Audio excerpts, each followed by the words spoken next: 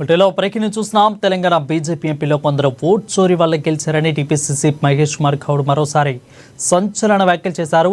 ఇక తాను ఈ ఆరోపణలను గతంలో కరీంనగర్లోనే చేశానని, అక్కడ ఒక షెడ్యూలో 40 ఓట్లు నమోదయ్యాయని అన్నారు. వీటిపై కేంద్ర మంత్రి బండి సంజయ్ సమాధానం చెప్పాలని డిమాండ్ చేసినా ఇప్పటి వరకు కూడా ఆయన సమాధానం చెప్పలేదని అన్నారు. తాజాగా జూబ్లీహిల్స్ నియోజకవర్గ పరిధిలో కూడా ఓట్ల అవకతవకలు జరిగిందని అన్నారు. ఈటెల రాజేందర్కు మల్కాజ్గిరి పార్లమెంటు నియోజకవర్గంలో 3 లక్షల మెజార్టీ వచ్చిందంటే దీంట్లో గోల్మాల్ జరిగిందని, ఈ విషయంలో ఎలాంటి అనుమానం లేదని స్పష్టం చేశారు టీపీసీసీ.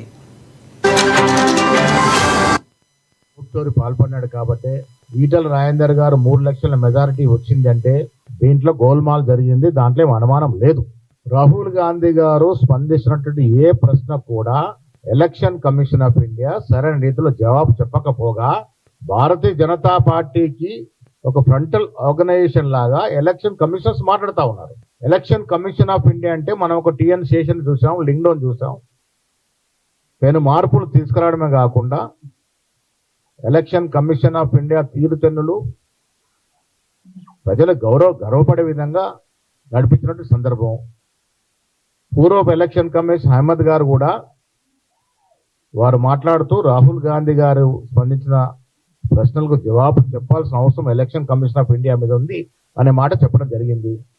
అయినా కూడా ఇవాళ ఎలక్షన్ కమిషన్ ఆఫ్ ఇండియా స్వయం ప్రతిపత్తి కలిగిన సంస్థ, అలా కాకుండా అధికారం ఉన్నటువంటి బీజేపీ పార్టీకి తలోకి మాట్లాడుతున్నట్టు కనబడతా ఉంది. ఓటు అనేది ప్రజాస్వామ్య దేశంలో గొప్ప విలువ కలిగినటువంటి అంశం.